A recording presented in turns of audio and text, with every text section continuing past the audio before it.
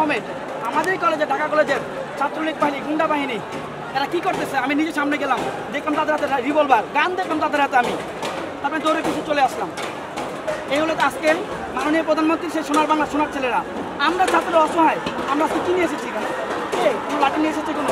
আমরা এখান থেকে ইট পাচ্ছে তারা মাঠ, সেগুলো আমরা তাদেরকে ব্যাক আপ করতেছি, সেগুলো আমরা তাদেরকে ফিডব্যাক করতেছি।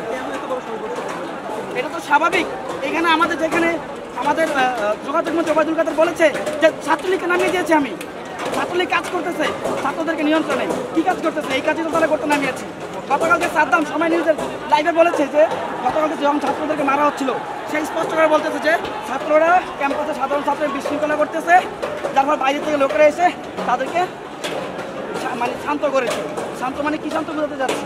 মেরে শান্ত করা না বুঝিয়ে শান্ত করা? যদি বুঝিয়ে যদি শান্ত করা হতো তো ক্যাম্পাসে তো রাতের পর রাত তো এরকম গোলাগুলি শব্দ পেতাম না।